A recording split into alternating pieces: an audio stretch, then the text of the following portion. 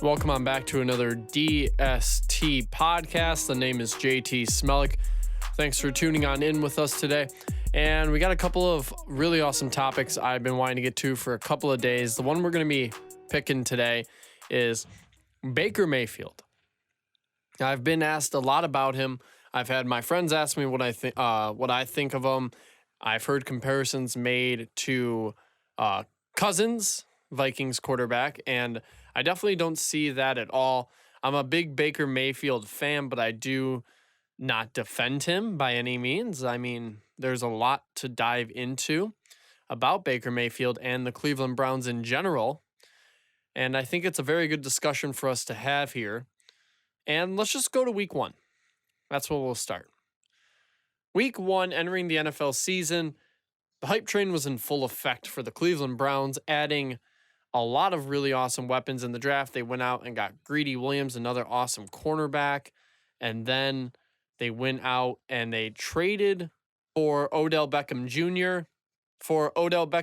And they also traded, or no, they did not trade. They signed Kareem Hunt after being let go by the Kansas City Chiefs, even though he's suspended for the part of the season. They have a lot of really awesome weapons already there. Jarvis Landry, Nick Chubb, Hilliard, Higgins, Njoku before he got hurt. So there's a lot here for them to use. They have Myles Garrett on the defensive side of the football. And it seems, if you're looking at this with Olivia Vernon and everything, it seems that this team, in theory, should be a really solid football team. Baker Mayfield is known for his passing and his accuracy. That is Baker Mayfield's strong suit, is being accurate when throwing the football. So again, going into week one, we had the Titans versus Browns, and it was a pretty decent football game for, I would say, about a half. A couple of miscues and everything. The main issue became you can't let a score dictate what really happened in a game, because they fell out in the second half late. Baker Mayfield was forcing a lot of things, just trying to give their team a shot. So again, when you see things like that, 1 touchdown to 3 interceptions, 1 or 2 of those, you can definitely just say he's just trying to make something happen, and you can't really put the blame on him. But again, the team just fell apart and could not get anything going. It is what it is. The Titans are a really odd team this year. I can't seem to figure them out. I'm not a big Mariota fan. I don't like Derrick Henry. I liked Mariota out of college, but I just can't figure them out. So, I mean, you move on. It is what it is for them. And then they head into week 2 against the Jets. This is where they start to get back on track. The defense rattles the Jets a whole bunch. Baker Mayfield plays really solid. 19 of 35. 325 yards, a touchdown, and a pick. Again, those aren't great stats, but getting back on track of where we should see. Simeon got hurt in the game for the Jets, so they actually had to go to a third-string quarterback, as we know. Darnold out with mono, and they just couldn't get a lot going. So they did what they had to do against the Jets, and then we move into a game, the Rams-Browns, and I mean, this was just a good football game for a large part of it, but once more, you just see Baker Mayfield being very limited with 195 yards, 1 touchdown, 1 interception, completing about 50% of his passes. Nick Chubb, 96 yards on the ground on 23 carries. And you just fall short to a good Rams team. And then they come back and make a bit of a statement game. Baker Mayfield, 20 of 30, 342 yards, a touchdown, and a pick. This is kind of similar of what we've normally seen from Baker Mayfield. At least this is what we expect to see. We were Browns won 40-25, and I mean, they did their job. They went out and they made their statement game. Then they come to play the 49ers, and I sort of expected the 49ers to lose this one. And boy, oh boy, was I wrong. This takes us up to our current week. Baker Mayfield had one of the worst games I've ever seen from a quarterback. 8 for 22, 100 yards, playing the entire game, no touchdowns, and 2 interceptions. Losing 31-3. Now, it's really easy to just sit there and bash on him. And you watch him make his one reads. He throws into a lot of poor windows. But if you break it down a little bit more, there's more issues than most people, especially your average fan, is really looking into. Starting with, he's just not accurate like he used to be. Now, I don't know when this started to happen by any means, because that was what he was known for. I think last season he completed somewhere around 60% of his passes, and that was his strong suit. He didn't have the height or anything, but he was very accurate when he did anything. Now you move into this year, he's not nearly as accurate. And then there's a very scary statistic here. Give me one moment. We're trying to pull it up. Okay. He's completing under 25% of his passes in the red zone. Comparing that to last year, he had completed 65% of his passes. I think he only had one pick in the red zone. I think he's at 4 now this year. And if you go and watch him, there's one in the 49ers game. There's a lot that's not his fault at all, but it just becomes a case of when it rains, it pours. But every statistic's worse, and I think it all stems from, well, he's not as accurate. Let's start with going out to get Odell Beckham Jr. I liked it, but football's not like basketball. It takes a very special group to work in any sport. And you see Baker Mayfield, he's forcing the ball a lot. You keep hearing it before every single Browns game. How are they going to get Odell Beckham the ball? How are they going to feed all these mouths? What happens when Chubb is back and then they have Kareem Hunt? How are they going to handle that? Jarvis Landry, all of these players. And that is becoming a real issue.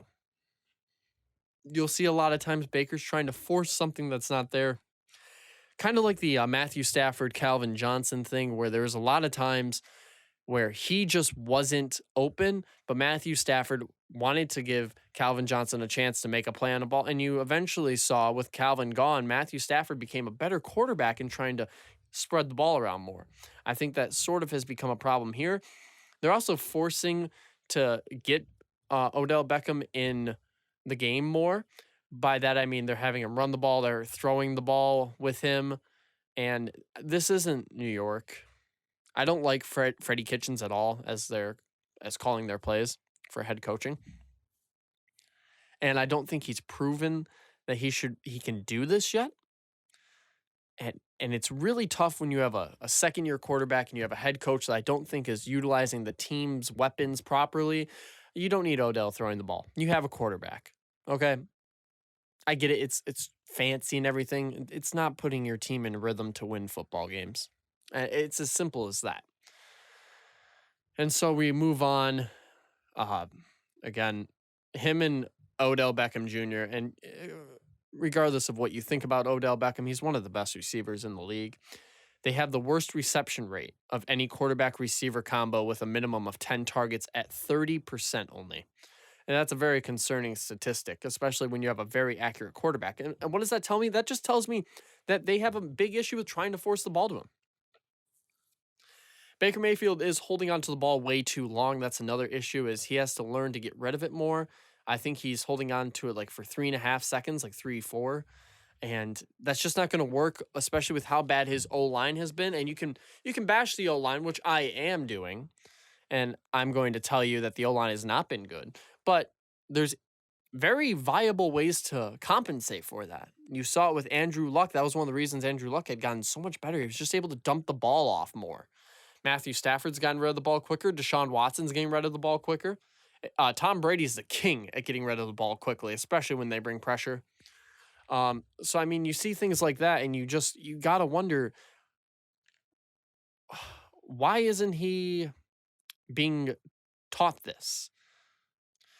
You continue to dive deeper into everything. There's a lot of issues. I think a lot of it can be solved with a very simple notion of, you need to trade Odell Beckham Jr. You have Kareem Hunt coming back. So you're already going to have another star. So go out, trade Odell Beckham Jr., go get yourself an offensive lineman or two. Go address your issue. Because Baker Mayfield is a good quarterback, I believe. And I believe that it requires time and patience when working with any second-year quarterback. A lot of them do face the sophomore slump, the sophomore wall that they hit. And they have to start evolving as quarterbacks. The first year, you're able to kind of bring the moxie that is the college system that you were brought up in, Oklahoma, and that's just not going to work.